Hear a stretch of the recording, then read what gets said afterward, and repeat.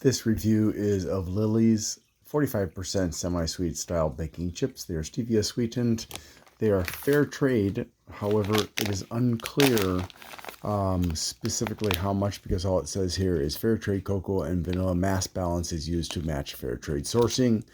Also, it's gluten-free and parve, so in that respect, it's safe for Jews and Muslims. I don't think there's anything else on the front. Nope. Here is an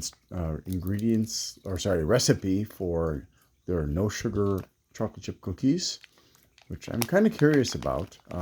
Unfortunately, this product does have milk in it, so this is not vegan. And there's not much else to tell you about it. So here are the nutrition facts: 50 calories per 30 chips, or 14 grams. The 4 grams of fat, of which 2.5 are saturated, which is about average for chocolates. No cholesterol or sodium. 9 grams of carbs, of which 4 are dietary fiber, so that's really good. No sugars, but 3 grams of erythritol, and of course there's the stevia, and less than a gram of protein. And here are the ingredients. It's got milk fat in it, so hooray. Not. Oh, and some of the ingredients are non-GMO. I almost forgot that. All right, well, let's go ahead and give it a try. All right. Smells good. I'm not really fond of Lily's brand because usually they don't use enough sweetener.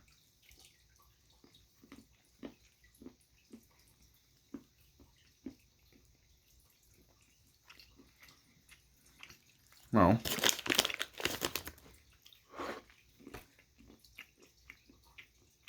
this is an exception. This has actually got enough sweetener so that it's pleasant without being too, very sweet. But it's not like a lot of sweetness anyways. But I think it's got a better balance than some of the other Lily's that I have tried. So I'll give this a 7. Thanks for watching. I hope you have a great day.